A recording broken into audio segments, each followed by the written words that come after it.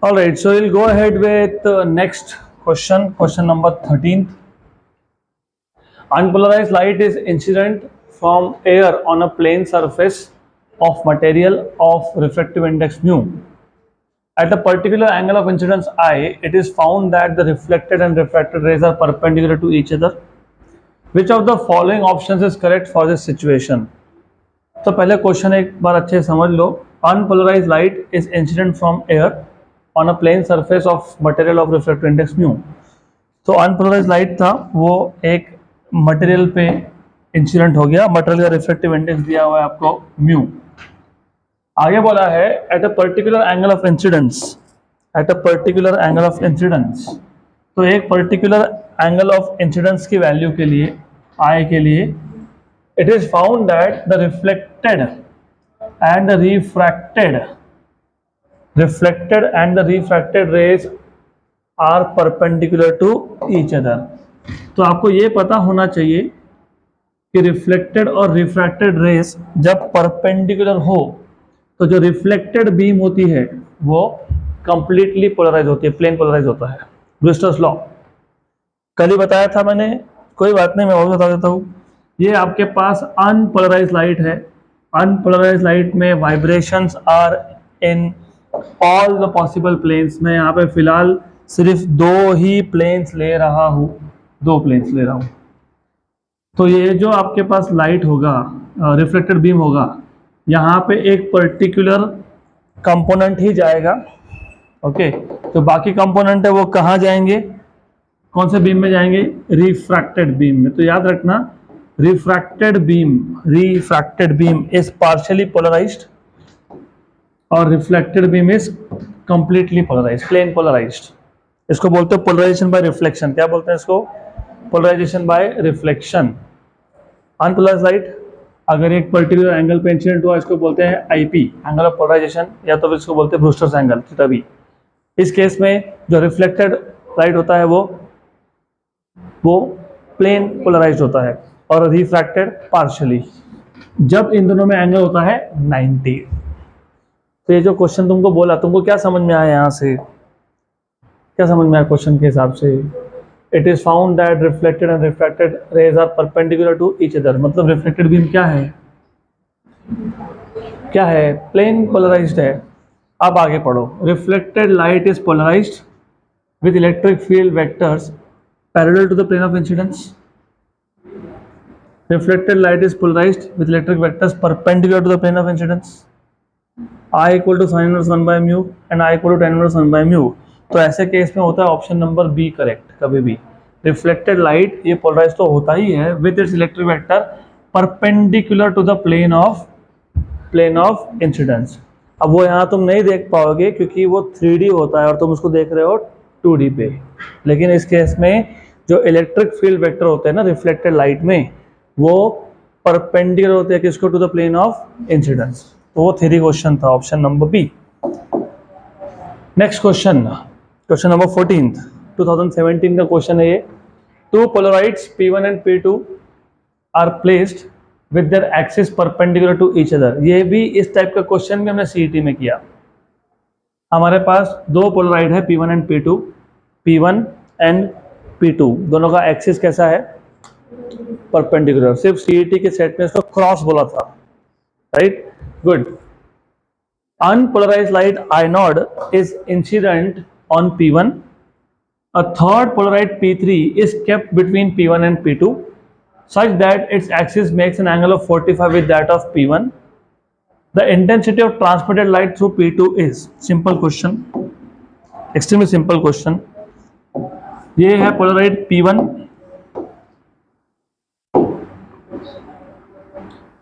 Polaroid P1, ये है Polaroid P2. P1 का एक्सिस ऐसा है तो P2 का axis is something like this. तो if you see P1 and if you see P2, इनके एक्सिस परपेंडिकुलर है, मतलब दे आर एट 90 डिग्री. तो मैं सिर्फ लिख देता हूँ यहाँ पे, दिस इज P2 का एक्सिस, दिस इज P1 का एक्सिस 90 डिग्री. आगे आपको बोला है एक तीसरा पोलराइड है P3, वो कितना एंगल बना रहा है 45, किसके साथ, P1 के साथ। तो P2 के साथ भी कितना होगा 45, तो ये भी 45 और this is also 45। Clear, good. जो अनपोलराइज लाइट था, जब P1 पे इंसिडेंट हुआ, उसका इंटेंसिटी कितना था I0, कितना था I0। आपको पता है पहली बार जब पास होता है तो I0/2 हो जाता है, सही है। इन दोनों में जो एंगल है उसको मैं θ1 बोल देता हूँ टेम्पोररीली, इसको θ2 बोल देता हूँ टेम्पोररीली। तो यहाँ पे जो लाइट आएगा वो होगा I2 = I1 cos square θ1। Confusion नहीं करना तो उसको थीटा बोलो और दूसरे को θ' बोल दो, चलो ठीक है। For the namesake I don't want to any confusion. Clear, जब इसमें से पास होगा, इसमें से, तो I3 will be equal to I2 cos square θ'। Correct है ना। हमेशा पहली बार जब अनपोलराइज लाइट पास हो तो इंटेंसिटी ड्रॉप्स टू हाफ, उसके बाद कितना इंटेंसिटी है वो डिसाइड करेगा कि इन दोनों में एंगल कितना है। तो I2 is I1 cos square θ, उसके बाद इंटेंसिटी कितना है वो डिसाइड करेगा सेकेंड और थर्ड का एंगल, उसको तुमने क्या बोला θ'। तो I3 इज इक्वल टू, इससे पहले कितना इंटेंसिटी था I2 cos स्क्वायर θ'। पक्का पक्का, श्योर श्योर, हमने कल भी एग्जांपल सॉल्व किए इसके। तो I3 equal to I2 cos square θ', लेकिन I2 क्या था I1 cos स्क्वायर θ और cos स्क्वायर θ'। I1 कितना था I0/2 और cos स्क्वायर 45 है ना, ये भी cos स्क्वायर 45।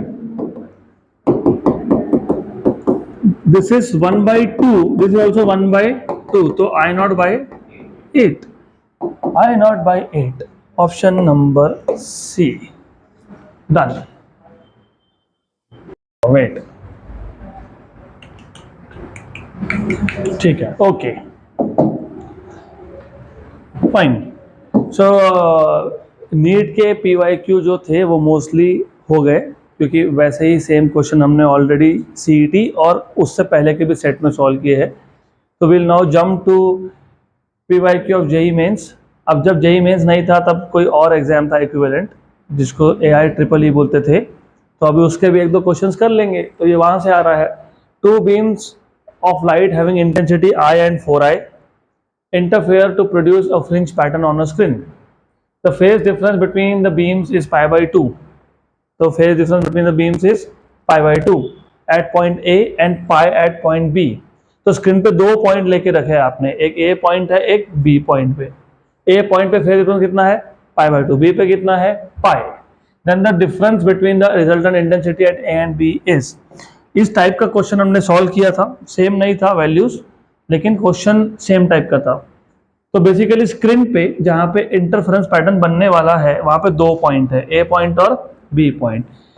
जो स्लिट S1 है उसमें से इंटेंसिटी कितना आ रहा है I, जो स्लिट S2 है उसमें से कितना आ रहा है 4I।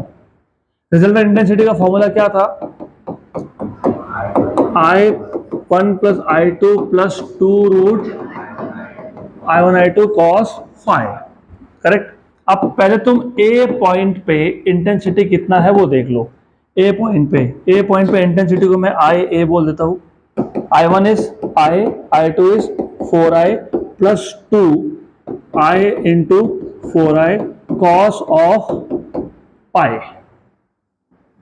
pi/2। Very good. What is cos of 90? 0। तो ये टर्म तो 0 हो जाएगा। तो A पॉइंट पे कितना इंटेंसिटी है 5I। सिमिलरली तुम B पॉइंट पे भी इंटेंसिटी फाइंड कर सकते हो। B पॉइंट पे इंटेंसिटी यह आ जाएगा आपका I1 मतलब I, I2 मतलब 4I, 2√I into 4I into cos of pi, क्योंकि B पॉइंट पे कितना फेज में था पाई। तो कितना आ गया 5i। How much is this 4i square मतलब 2i, तो कितना कितना 4i, और cos पाई कितना -1, तो कितना हो गया -4i बराबर, तो कितना आ गया i, ऐसा लिखना नहीं। व्हाट इज 5i ia, तो ia सही है ना, -4i, तो डायरेक्ट मिल जाएगा ना यहाँ से फिर। What is ia minus ib, कितना आएगा 4i, डिफरेंस इज 4i। वैसे भी हो गया, वो i था ये 5i था, तो डिफरेंस 4i है, तो डिफरेंस 4i है, ऑप्शन नंबर बी है। Next question, in Young's double slit experiment the wavelength of the light used is doubled, wavelength double कर दिया। The distance between the two slits is half of initial distance, small d को half कर दिया। The resultant fringe width becomes, resultant fringe width becomes, तो एक बात बताओ, fringe width का फॉर्मूला क्या था, लैम्डा कैपिटल D बाय, उसमें से कैपिटल D के बारे में कुछ बताया ही नहीं है, तो beta is proportional to lambda by D, तो beta 2 by beta 1 will be lambda 2 by lambda 1 D1 by D2।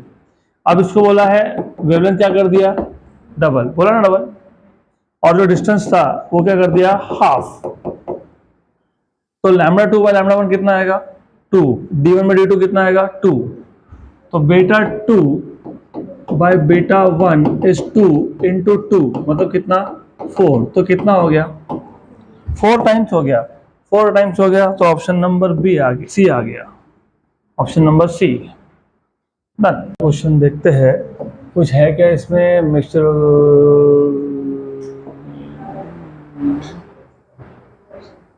हाँ ठीक है, अच्छा क्वेश्चन दिख रहा है, चलो next question, a mixture of light consisting of wavelength 590 nanometre and an unknown wavelength, तो दो वेवलेंथ में से एक नोन है एक अननोन है, ओके, तो अननोन वेवलेंथ पूछेंगे, देख लो, the wavelength of the unknown light is बराबर, good, illuminates Young's double slit and gives rise to two overlapping interference pattern।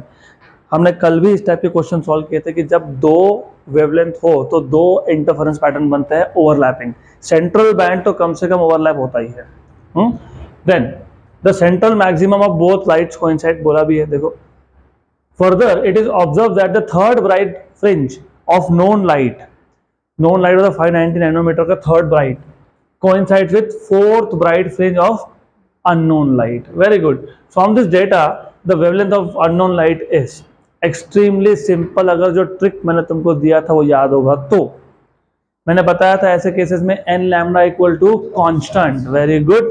तो अगर आपको याद होगा n lambda equal to constant आता है, वो कहाँ से आता है हमने ऑलरेडी 2 एग्जाम्पल में देखा है, फिर भी जिनको नहीं पता I will do it for one last time. ये स्क्रीन है, ये स्क्रीन का सेंटर है, सेंटर पे दोनों के दोनों जो आपके पास सोर्सेस है, उन दोनों सोर्सेस का सेंटर पे आएगा ब्राइट फ्रिंज, सेंटर पे दोनों का ब्राइट फ्रिंज आएगा।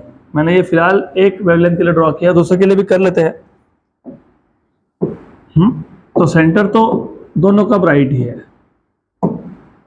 देन सेंटर छोड़ के कहीं और somewhere else you will find that there is exact overlap। तो सेंटर छोड़ के मान लेते हैं कहीं और there is exact overlap, यहां मान लेते हैं। इमेजिन ये पहले का है, मतलब मैं इसको x1 बोल देता हूं फर्स्ट का, और ये डिस्टेंस है x2, या फिर एक काम करो इसको x बोलो उसको x डैश बोल दो। यहां समझ में आया? पहले पैटर्न का कोई एक some bright band n1 number का bright band is overlapping with n2 bright band of the second wavelength. तो what do you see from here? x is equal to x dash, बराबर ना? What is distance of any bright band, nth bright band from centre? Very good. तो n1 lambda 1 capital D by small d equal to n2 lambda 2 capital D by, हो गया। तो n1 lambda 1 equal to n2 lambda 2, इसमें से तुमको N1 दिया हुआ है क्या N1? क्या बोला है N1? लोग क्या बोला है N1? थर्ड और N2 फोर्थ. ओके, तो थर्ड 3 इंटू 590, N2 इज 4, तो λ2 equal to 3/4 into 590. Okay, solve करने की कोई जरूरत नहीं है फिलहाल, पहले ऑप्शंस देख लो. ऑप्शन देख के तुमको आंसर समझ में आ जाएगा.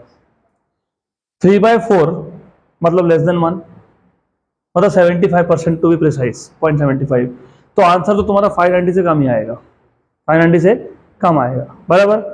इसमें से अभी दो ऑप्शन ऐसे थे जो 590 के ऊपर है, वो तो नहीं आ सकते. 590 को टेम्पररी 600 मान लो. कितना मानोगे? 600. राइट. What is 600 into 3/4? 450. तो आंसर 450 के आसपास तो एक दिख रहा है, हो गया आंसर खत्म. डन. Option C. बाइक्रोमैटिक, दो वेवलेंथ है, डिस्टेंस बिटवीन द स्लिट्स दिया हुआ है, distance between the plane of the slit and the screen दिया हुआ है, minimum distance between the two successive regions of complete darkness is. चलो ठीक है. तो नेक्स्ट क्वेश्चन, क्वेश्चन नंबर 10. देखते हैं अभी क्या बोल रहा है क्वेश्चन में.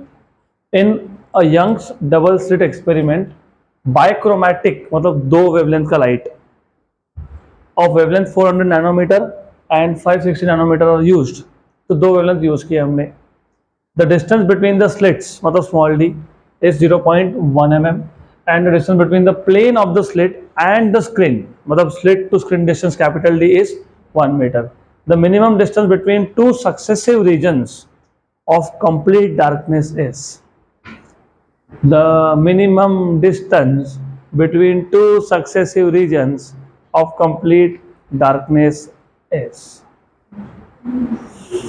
Minimum distance between two successive regions of complete darkness.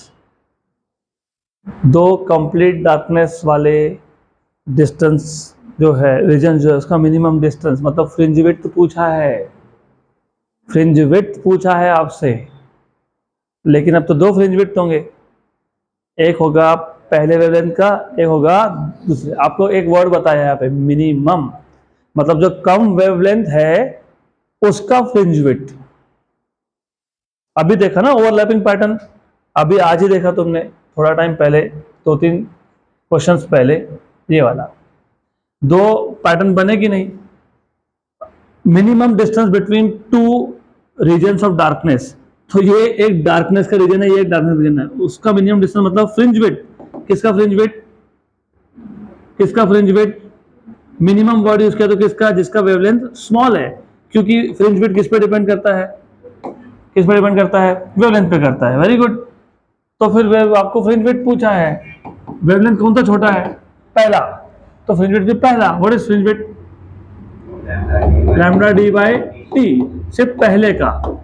Okay. What is 4 into 10 raised to minus 7 and this is 1 and small d is 10 raised to minus 4 क्योंकि 0.1 mm बोला था ना, तो कितना हो जाएगा 4 into 10 raised to minus 3 मतलब कितना 4 mm. ऑप्शन नंबर ए.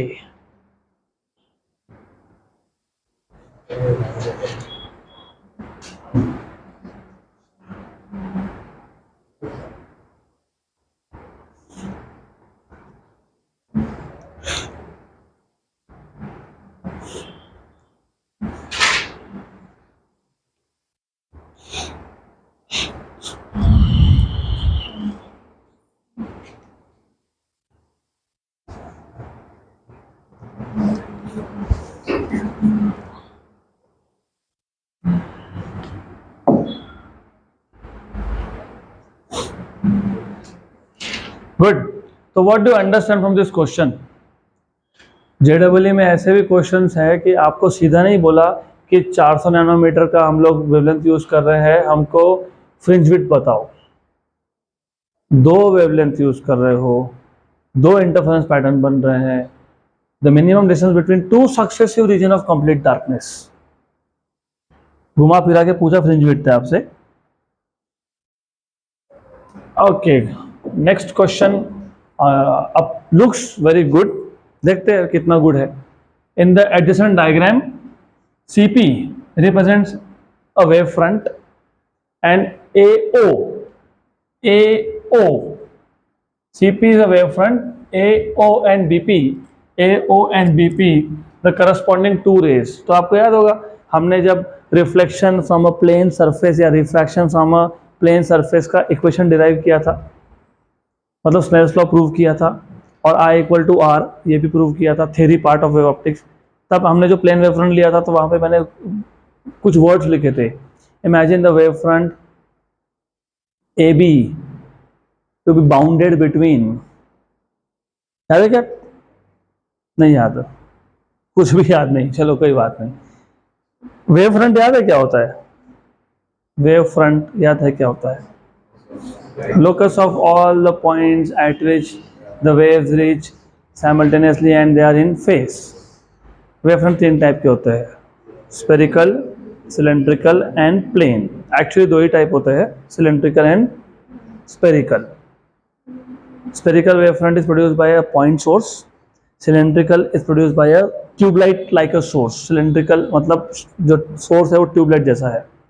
अब अगर जो source है वो infinite distance पे हो, large distance पे हो, तो वो जो wavefront होता है वो एक spherical या एक cylindrical wavefront का छोटा सा part होता है।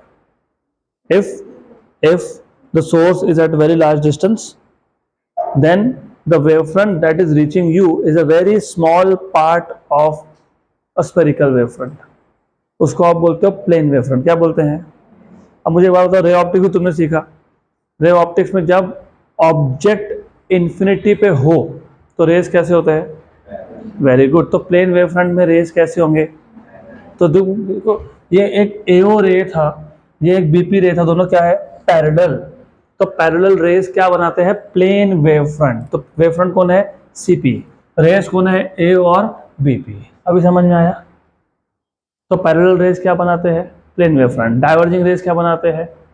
Spherical wave front. एक पॉइंट से अगर रेस हर डायरेक्शन में जाएंगे तो they will make spherical wave front. Find the condition on theta. जो थीटा है ये एंगल, इस पे क्या कंडीशन है? For constructive interference at point P, okay, at P between ray BP and ray OP। तो थीटा पे क्या कंडीशन होना चाहिए फॉर कंस्ट्रक्टिव इंटरफेरेंस? कहाँ पे कंस्ट्रक्टिव इंटरफेरेंस? P पॉइंट पे, बिटवीन रे BP and OP। Very good, बढ़िया क्वेश्चन है ये। पहले क्वेश्चन समझ लो। अब इंटरफेरेंस के लिए कितने रेस चाहिए होते हैं? कितने?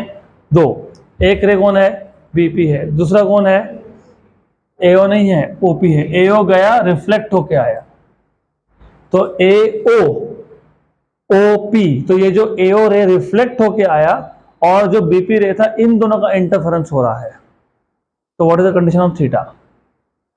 क्वेश्चन समझ में आया? इंटरफेरेंस के कितने वेव चाहिए? दो। एक कौन है? BP, दूसरा कौन है? OP। वो कौन है? AO का रिफ्लेक्शन है। Good, clear, very good. तो कंस्ट्रक्टिव इंटरफेरेंस के लिए कंडीशन क्या थी? Path difference should be equal to n lambda. Very good, very good. तो अभी बताओ मेरे को, इस केस में पार्ट डिफरेंस कैसे फाइंड करोगे? Very good question, I told you, very good question. What is path difference? It is the difference between the path travelled by two rays. BP ने तो BP डिस्टेंस ट्रेवल किया, ये जो OP रे है, remember OP रे है, वो AC, CO and OP। And if you remember theory part में तुमको मैंने बताया था कि अगर आपको पाथ डिफरेंस फाइंड करना हो दो रेस का, तो एक रे से दूसरे रे पे क्या ड्रॉ करते हो? Perpendicular, correct. और परपेंडिकुलर से पहले वाला जो पार्ट है वहां से पार्ट डिफरेंस नहीं आएगा। क्यों नहीं आएगा? It becomes a part of rectangle like a structure. What is the length of opposite side of rectangle? Same. तो ये यहां से तो पार्ट डिफरेंस आ नहीं रहा, तो पार्ट डिफरेंस आ कहां से रहा है पता है? ये प्लस ये, this is the path difference. तो what is path difference? CO, okay, CO plus क्या? OP इक्वल टू क्या आएगा? n lambda, correct.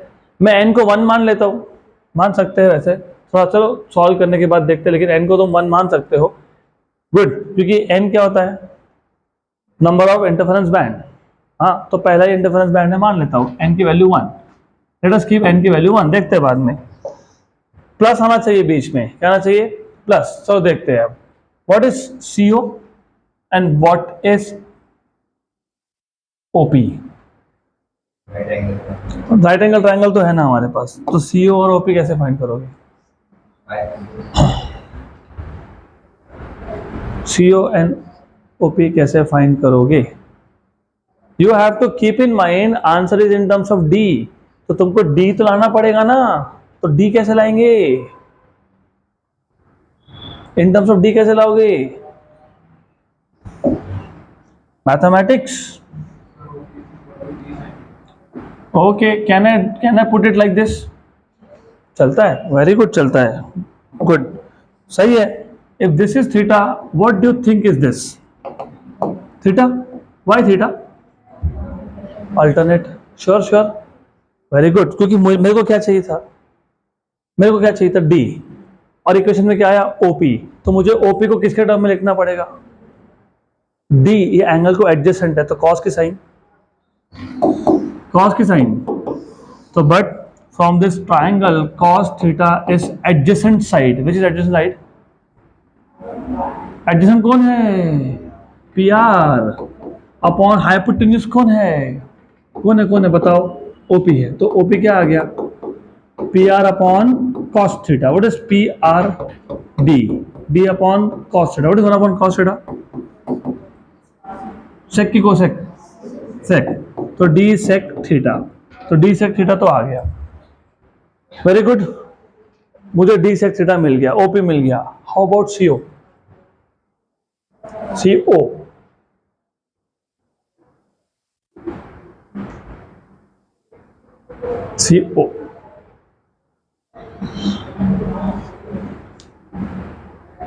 how will you find out CO?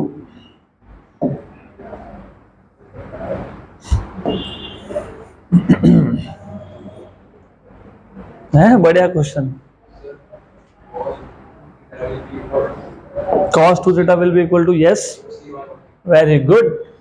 तो ये अगर मैं 2 थीटा लेता हूं, then from this diagram you see cos 2 theta by definition is adjacent side, what is adjacent side, CO upon hypotenuse, adjacent upon hypotenuse होता है ना, हाँ, तो क्या आ जाएगा, CO अपॉन अपॉन, अरे अपॉन OP था ना, तो CO क्या आ जाएगा, OP cos 2 थीटा।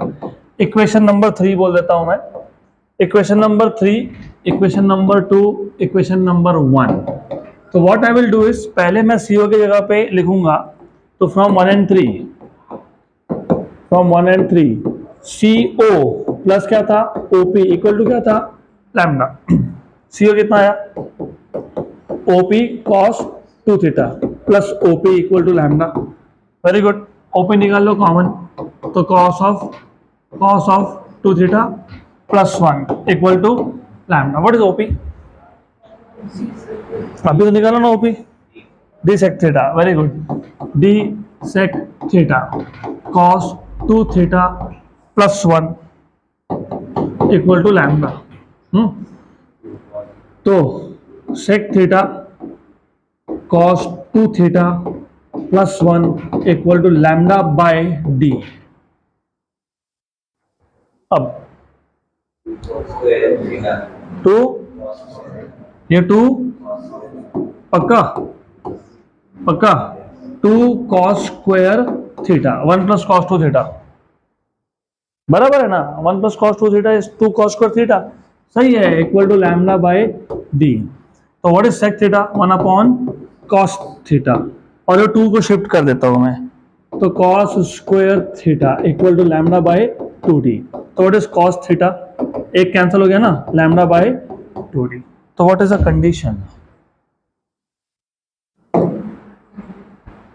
नहीं मिला, नहीं मिल रहा ना, हमारा क्या आया, cos theta equal to lambda by 2D आया ना, ओके।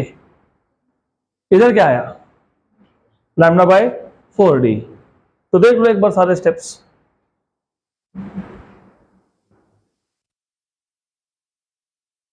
पार्ट डिफरेंस इतना है, यही पार्ट डिफरेंस है, इसमें कोई कंफ्यूजन ही नहीं है, ये याद रखना। ए ओ ओ पी ये रे था और बी पी एक रे था, उसमें से पार्ट डिफरेंस आ गया C O plus O P, that is correct lambda, fine. Clear यहाँ तक? गुड। प्रॉब्लम कहाँ आ रहा है? हमने लिखा था एन लैम्डा, मैंने एन की वैल्यू क्या ले ली 1, but they have not said what is the order of this interference pattern. तो एक बार वापस पढ़ लेते हैं। एडजेसेंट डायग्राम में C P represents wave front, ठीक है, ये ठीक था। फाइंड द कंडीशन थीटा, ये भी ठीक है, ओके तो वो प्रॉब्लम नहीं है, मैं पहला इंटरफेरेंस ही मान लूंगा। I can not take it to be like. एक से प्रॉब्लम ये हो सकता है, यहाँ क्वेश्चन प्रॉपर फ्रेम नहीं है, क्योंकि मैंने आपको बताया था थिन फिल्म इंटरफेरेंस जो आप इंजीनियरिंग के फर्स्ट ईयर में पढ़ोगे। रिफ्लेक्टेड लाइट में और रिफ्लेक्टेड लाइट में दोनों में इंटरफेरेंस होता है। अगर रिफ्लेक्टेड में कंस्ट्रक्टिव है तो रिफ्रैक्टेड में उसी जगह पे डिस्ट्रक्टिव है। ऐसा नहीं बोला, कोई बात नहीं। यहाँ पे आ जाता हूँ OP, C O plus OP equal to lambda मान लिए, चलो ठीक है मान लिए। Cos theta equal to P R by this is okay, okay ये भी ठीक है। दिस इज ऑल्सो फाइन, तो सब कुछ फाइन। तो यहाँ पे करेक्शन होना चाहिए, बाकी तो कुछ नहीं हो सकता। तो you have lambda by 2d and with the correction option number B. Good. So this was something good.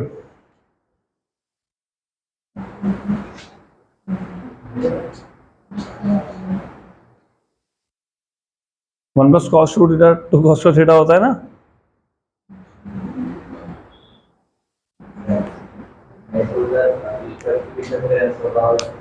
वो गलती तो है, गलती तो कुछ है।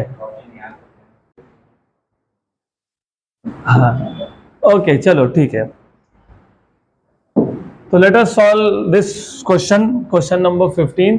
एज आई टोल्ड यू, मैं रैंडमली कोई भी क्वेश्चन उठा रहा हूँ, तो सीक्वेंस मत ढूंढना आप क्वेश्चन में। In Young's double slit experiment using a monochromatic light of wavelength lambda, the path difference in terms of n, integer n, corresponding to any point having half the peak intensity. Good. In Young's double slit experiment using a monochromatic light of wavelength lambda, path difference corresponding to any point जहां पे intensity half of peak है, अगर मैं peak को I not मानता हूं तो उस पॉइंट पे इंटेंसिटी होगा I नॉट बाय 2। तो रिजल्टेंट इंटेंसिटी कितना है? I naught by 2।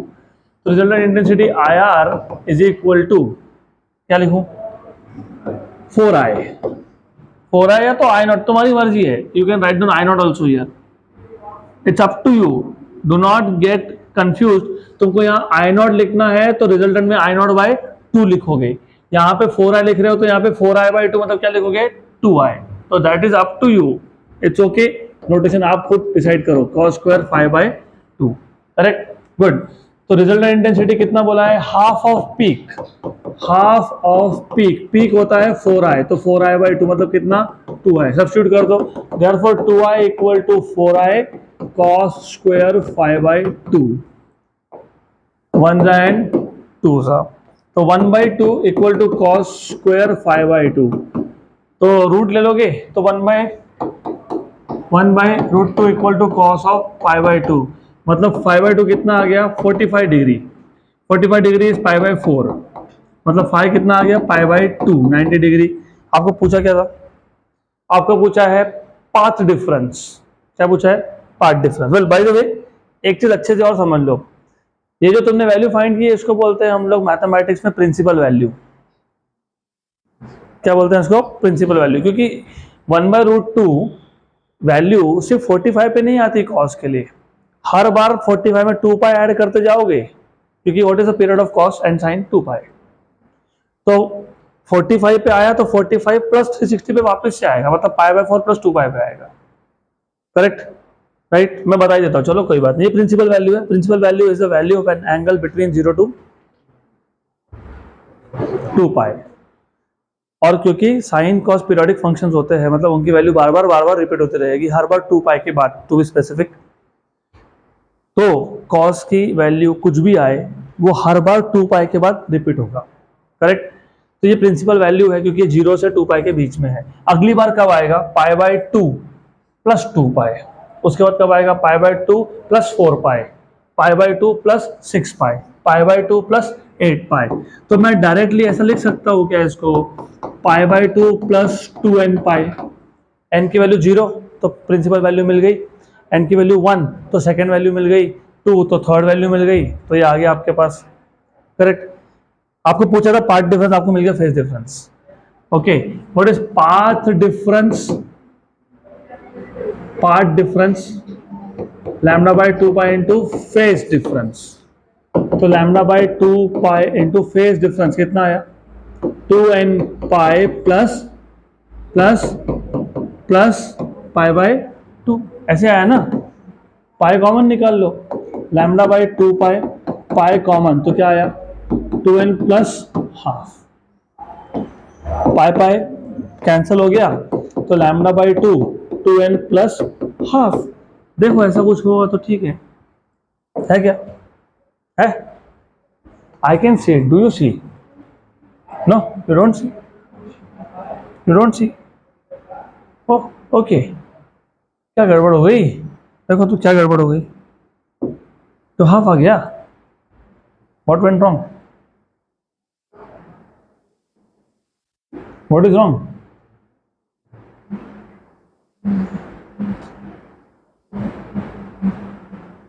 Something is wrong, what is wrong?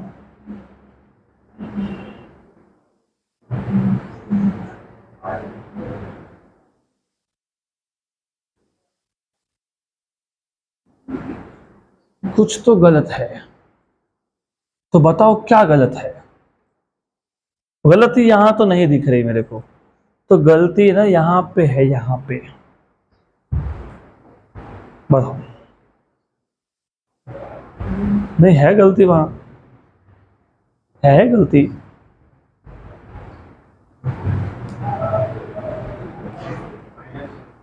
Minus क्यों माइनस? हाँ नहीं, why minus? No that is fine.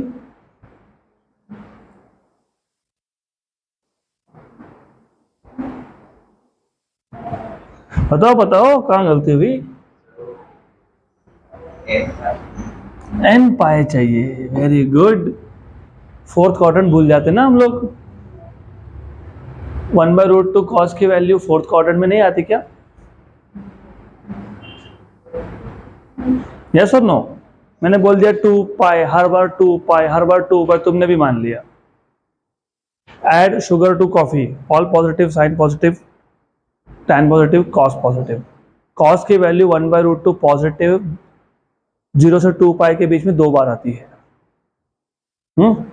Correct. कब कब आती है बता दो फिर। अब 45 तो तुमने बोल दिया, उसके बाद कब आती है? उसके बाद कब आती है? 3π/2 प्लस थीटा, मतलब 225 बराबर ना? अरे 45 में तुम 180 ऐड करके देख लो ना। नहीं, हाँ कि नहीं?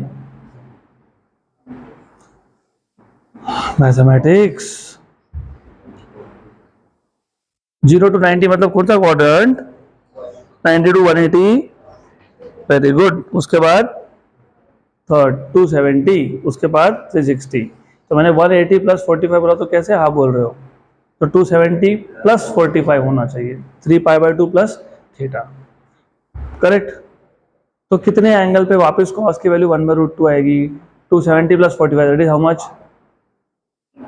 315। तो जो मैंने यहाँ पे 2n पाई लिखा, मैंने यहाँ पे क्या लिखना चाहिए था? क्या लिखना चाहिए था? n पाई। पक्का क्या? सोच लो फिर वापस गलती नहीं चाहिए। करेक्ट है कि ये?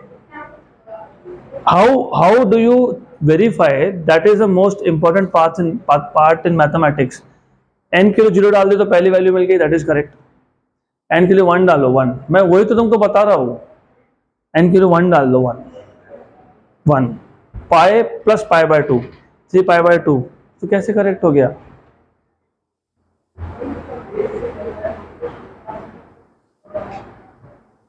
करेक्ट है कि नहीं है?